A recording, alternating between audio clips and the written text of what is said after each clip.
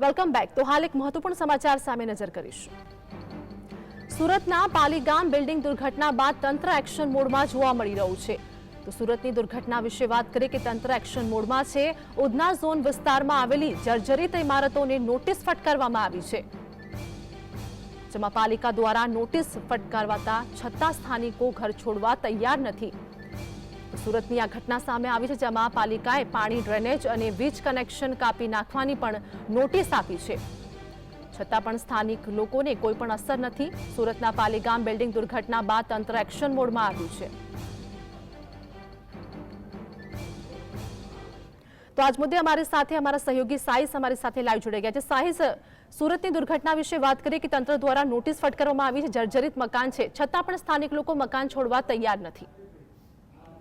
जी बिल्कुल, बात કરવામાં આવે તો સચિન પાલીગામની અંદર જે રીતના 5 માળની બિલ્ડિંગ ધરાશાય થઈ છે અને તેને લઈને મહાનગરપાલિકાનું તંત્ર હવે એક્શન મોડમાં આવ્યું છે। નોટિસો આપવામાં આવી રહી છે, જર્જરિત બિલ્ડિંગોને નોટિસ આપવામાં આવી રહ્યું છે, પરંતુ સુધરે એ બીજા એ કહેવત સાર્થક થઈ રહી છે, કારણ કે આ જે બિલ્ડિંગ જે છે તે ઉધના વિસ્તારમાં આવેલા જૈનબ એપાર્ટમેન્ટ છે, જ્યાં 4 થી 5 વખત મહાનગરપાલિકા દ્વારા આને નોટિસ આપવામાં જર્જરિત હાલતમાં બિલ્ડિંગ જોવા મળી રહી છે। જોઈ શકાય છે આ બિલ્ડિંગના સળિયા ખડકી ગયા છે, પરંતુ પાલિકા દ્વારા 5 થી 6 વખત આ બિલ્ડિંગને નોટિસ આપવામાં આવી છે, પરંતુ કોઈ પણ પ્રકારનો હજી સુધી અહીં લોકોને ખાલી કરાવવામાં આવ્યા નથી। આપણે ઉપરના દ્રશ્યો બતાવવાનો પ્રયત્ન કરી રહ્યા કે જે રીતના 3 થી 4 માળની આ બિલ્ડિંગ છે, જેની અંદર હજુ પણ લોકો જીવના જોખમે રહી રહ્યા છે।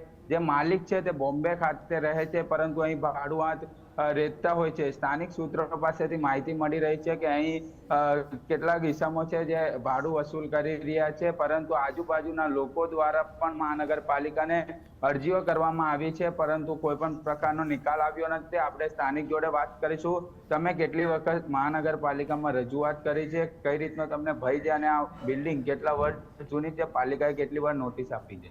તો અમે છે ને અહીંયા, મારું નામ છે તસ્લીમ નાગોરી, અમે આ બિલ્ડિંગની 7 થી 8 વખત છે ને કમ્પ્લેન કરી છે એસએમસીમાં। એસએમસી છે ને નોટિસ અહીંયા આપીને ગઈ છે, એનું કંઈ થયું નથી। આ બિલ્ડિંગ જે છે 35 થી 40 વર્ષ જૂની છે અને આ ક્યાંય પણ પડી શકે છે। એના તમે જોયું છે કે એના છે ને ભીમ કોલમ બધા પડી ગયા છે। બાજુની અમારી 3-4 બિલ્ડિંગ છે એના પર પડી શકે છે। એની અંદર જે સલીમભાઈ એક છે એ ભાડું ઉભરાવે છે, ને ઘણી વખત અમે કીધું છે કે એને રિપેરિંગ કામ કરાવ, જે કરાવો તે કરાવ, તે સાંભળ ને આમાં છે ને હજુ 60 થી 70 લોકો અહીંયા રહે છે, ને લોકોને બી અમે વિનંતી કરી છે કે તમે ખાલી કરી દો। કાલે હવે ન્યૂઝમાં ચાલ્યું છે એ પ્રમાણે એસએમસી ના સાહેબ લોકો, ઝોનલ ઓફિસર બધા અહીંયા આવીને ગયા છે, જોયું છે, એને નોટિસ આપી છે। હવે કીધું છે એસએમસી થી કે એના ડ્રેનેજ લાઈન, પાણીની લાઈન બરાબર છે ને એ બધી વસ્તુ કાપવાનું કીધું છે। હવે જોઈએ આજે શું થાય છે એની અંદર। જે બિલકુલ અહીંના લોકો પણ જીવના જોખમે જણાવી રહ્યા છે કે જે રીતના ભયજનક આ બિલ્ડિંગ જે છે તે જોવા મળી રહી છે। અંદર 10 થી 15 લોકો હજુ પણ રહી રહ્યા છે, પરંતુ મહાનગરપાલિકા દ્વારા નોટિસ આપી સંતોષ માની લેવામાં આવ્યો છે, પરંતુ કોઈ પણ પ્રકારની બિલ્ડિંગ હજી સુધી ખાલી કરાવવામાં આવી નથી। તંત્ર કોઈ મોટી દુર્ઘટનાની રાહ જોઈ રહ્યું હોય તેવું લાગી રહ્યું છે। જી સાહિસ, અહીંયા પ્રશ્ન એ છે કે જે પ્રમાણે તંત્ર દ્વારા નોટિસ ફટકારવામાં આવી છે, છતાં પણ સ્થાનિક લોકો ત્યાંથી તેમની જગ્યા છોડવા તૈયાર નથી, અને જે પ્રમાણે બિલ્ડિંગ આપણે જોઈ છે કે જર્જરિત હાલતમાં છે, તો ત્યાંના સ્થાનિક લોકોનું શું કહેવું છે? શું પ્રશ્ન છે તે લોકોનો? કેમ ત્યાંથી જગ્યા તેઓ છોડવા તૈયાર નથી? અને જે રીતના આ બિલ્ડિંગમાં ભાડુઆત રહેતા હોય છે, ભાડું આપી રહ્યા છે, અને જે મકાન માલિક જે છે તે બોમ્બે ખાતે રહી રહ્યા છે, પરંતુ 6 થી 8 વખત બિલ્ડિંગને નોટિસ આપવામાં આવી છે, પરંતુ કોઈ પણ પ્રકારના ભાડુઆત અહીંથી ખાલી કરવા માટે તૈયાર નથી। મહાનગરપાલિકાની જિમ્મેદારી બનતી હોય છે કે આ ભાડુઆતને ખાલી કરાવવામાં આવે અને આ બિલ્ડિંગને ડિમોલિશન કરવામાં આવે, પરંતુ અહીં જે ભાઈ આપણે જેની જોડે વાતચીત કરી હતી એમને પણ જણાવ્યું છે કે મારું મકાન બાજુમાં છે, જો આ બિલ્ડિંગ પડી જાય તો મારા મકાનને નુકસાન થાય, અથવા તો અહીં કેટલાક બાળકો રમતા હોય છે એને પણ કોઈ ઈજા પહોંચે, કોઈ મોટી દુર્ઘટના સર્જાય તો જવાબદાર કોણ? ભાડુઆત કેમ ખાલી નથી કરતા એ તો પ્રશ્ન ઉપસ્થિત થઈ રહ્યો છે, પરંતુ ક્યાંક ને ક્યાંક જે રીતના ખંડર બિલ્ડિંગ જર્જરિત જોવા મળી રહી છે 6 થી 8 વખત મહાનગરપાલિકા દ્વારા નોટિસ આપવામાં આવી રહી છે. ચારે બાજુ બિલ્ડિંગના સળિયા દેખાઈ રહ્યા છે, પોપડા પડી ચૂક્યા છે, પરંતુ અત્યાર સુધી કોઈ પણ પ્રકારની કામગીરી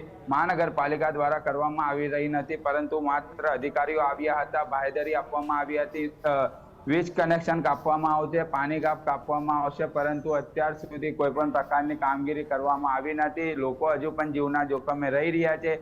આ સ્થિતિમાં સચિન વિસ્તારની અંદર પણ લોકો રહી રહ્યા હતા અને એકાએક બિલ્ડિંગ પત્તાની જેમ નીચે પડી ગઈ હતી. મોતને 7 લોકો ભેટ્યા છે. આવી રીતના જો આ દુર્ઘટના ન સર્જાય તેવી તકેદારી લોકો પણ જણાવી રહ્યા છે અને તાત્કાલિક મહાનગરપાલિકાના અધિકારીઓ આ બિલ્ડિંગ પર ડિમોલેશન કરે અને તમામ લોકોને ખાલી કરાવે તેવી માંગ અહીંના સ્થાનિક લોકો પણ કરી રહ્યા છે. જી સાહિસ, માહિતી બદલ આપનો આભાર. તો સાબરકાંઠાની